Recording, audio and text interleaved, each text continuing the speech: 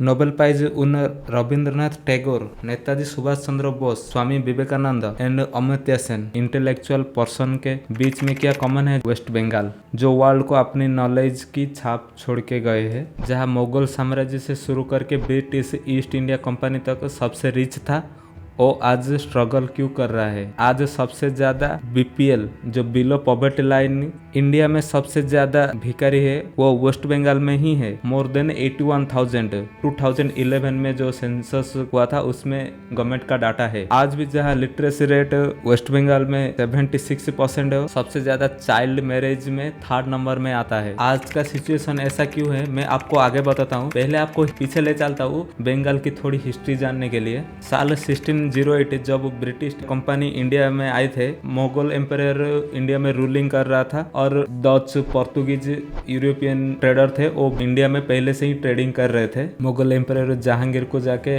जमीन कुछ मांगे थे, लेकिन पहली बार तो मना कर देता है विलियम हॉकिंस को। बाद में गुजरात में ट्रेडिंग करने के लिए परमिशन दे देता है। लेकिन ब्रिटिशर का मेन एम था बंगाल में कैसे बिजनेस को इस्टेब्लिश करे, क्योंकि बंगाल जो था वो जोग्राफिकली सही प्लेस में था जहाँ से सिल्क रोड शुरू होता है जो यूरोपियन कॉन्टिनेंट को जाके संजोग करता है। आगे चल के ब्रिटिशर ने वेस्ट बंगाल में फर्स्ट इंडिया का प्राइवेट पोर्ट भी बना दिया। वो मैं आपको आगे बताता हूँ। कितने साल चलने के बाद यहाँ ब्रिटिशर ने न्यू फैक्ट्री के ऊपर न्यू फैक्ट्री ओपन करते जा रहे। वहाँ मुगल जहांगीर की डेथ के बाद वो मुगल एम्पायर डाउन होते गया। 1770 में मुगल एम्पायर फारूक शाह को कन्वेंशन करके बंगाल में ट्रेडिंग के लिए परमिशन ले आते। बाद में जाके कॉटन, सिल्क, इंडिगो, टी जो उनको टैक्स फ्री भी कर देते हैं ब्रिटिशर ने। वो आगे चल के battle of Plassey and battle of Buxar, 2 लड़ाई के बाद ईस्ट इंडिया कंपनी पूरी बंगाल को अपने अंडर ले लेता है। 1874 पार्टीशन के बाद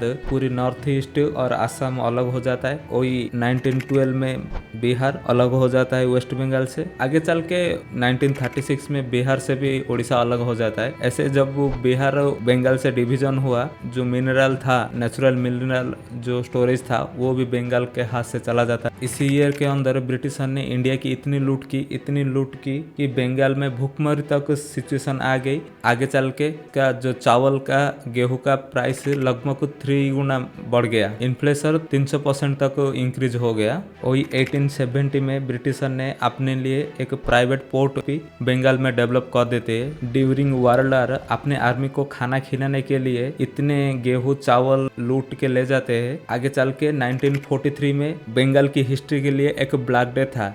मोर देन 3 मिलियन लोग को भूखमरी के कारण डेथ हो जाते हैं। ब्रिटिश इसको जस्टिफाई करने के लिए बोलता है कि नेचुरल क्लाइमेट के चेंज के कारण उसी ईयर बारिश ही नहीं हुआ था। बट अभी कुछ ईयर पहले IIT गांधीनगर इसी बात को कंफर्म किया कि वो ब्रिटिश के पॉलिसी के कारण वो भूखमरी 1943 में आया था। उससे कोई क्लाइमेट का कोई लेना देना नहीं था। देश आज़ाद होने के बाद पार्टीशन कर दिया गया।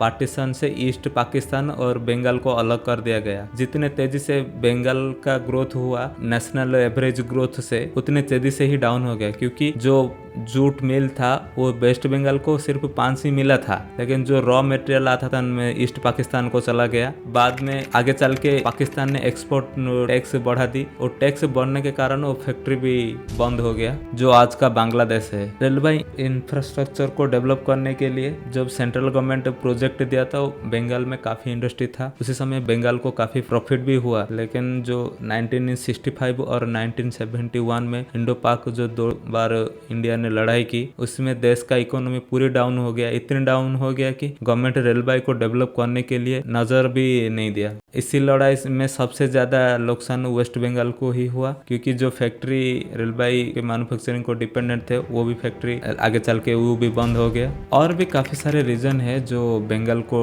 इतने डाउनफॉल तक झुका दिया। 1952 में जो freight equalisation policy Indian government ने अपनाया था, इस पॉलिसी के बारे में थोड़ी मैं शॉर्ट में बता देता हूँ। सपोज जो झारखंड और उड़ीसा में काफी मिनरल मौजूद है, वो जो फैक्ट्री है वो गुजरात और महाराष्ट्र में कोई स्टेट में है, वो मिनरल ट्रांसपोर्ट करने के लिए जो खर्चा आता है वो सेंट्रल गवर्नमेंट ने कंपनी को सब्सिडी देना शुरू कर दिया। इसमें सबसे ज्यादा बेनिफिट गुजरात और महाराष्ट्र को हुआ। क्योंकि रॉ मटेरियल सारे लेके वहाँ पे प्लांट सेटअप कर दिए। आगे चल के 1993 में इसी पॉलिसी को इनवैलिड घोषित कर दिया गया। 1991 में देश को जब लिबरलाइजेशन कर दिया गया था, बाहर की प्राइवेट कंपनी को इंडिया में आने के लिए परमिशन दिया गया था। सबसे पहले सारे कंपनी बंगाल में अपनी फैक्ट्री सेटअप करने के लिए इंटरेस्टेड थे, लेकिन बंगाल की गवर्नमेंट इस चीज़ को कोई इंटरेस्ट ही नहीं दिया। उनकी कहना था कि जब कंप्यूटर बंगाल में आएगा तो बंगाल की सारी जो मजदूर वर्क करते हैं वो उनका जॉब खा जाएगा, इसलिए कोई इंटरेस्ट नहीं दिया। लेकिन इसी चीज़ को other state like Karnataka, Gujarat इस चीज़ को आप अडॉप्ट कर दिया और नतीजा तो आपके सामने अभी है। 1997 में जब वेस्ट बंगाल कांग्रेस को छोड़ के कम्युनिस्ट पार्टी सरकार बनाई, सारे जो फार्मर थे वो जमींदार के खिलाफ हो गए। काफ़ी प्रोटेस्ट हो गया और सारे जमींदार को मार के उनका ज़मीन अपने अंडर ले लिया। ये ड्राइव बहुत दिन चला। उसी लड़ाई का नाम है ऑपरेशन बारगा। इसी डर से जो सारे बिजनेसमैन बंगाल के तरफ देख रहे थे अपने प्लांट को सेटअप करने के लिए, वो तो नहीं आए। बाकी जो बिजनेसमैन जमींदार थे वो भी बंगाल छोड़ के धीरे धीरे दूसरी स्टेट को शिफ्ट होने लगे। सबसे बड़ा मेन रीजन है बंगाल का डाउनफॉल के कारण। टाटा नानो का केस तो आपको पता होगा, नहीं तो मैं शॉर्ट में बता देता हूँ। 2008 में जब वो टाटा नानो की मैन्युफैक्चरिंग के लिए सिंगूर में टाटा कंपनी लगभग 1000 एकड़ जमीन एक्वायर करती है, सारे फार्मर मिलकर प्रोटेस्ट करते हैं और प्रोटेस्ट में ममता बनर्जी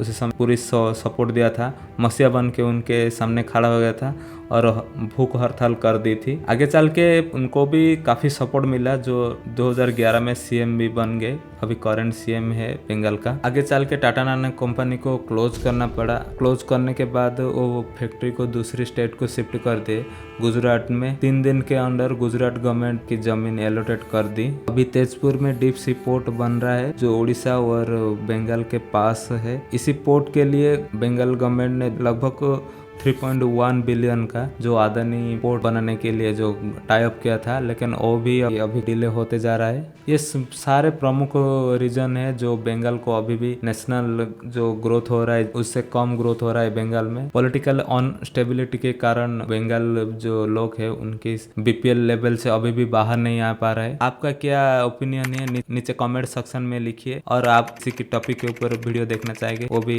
कमेंट सेक्शन में लिखिए।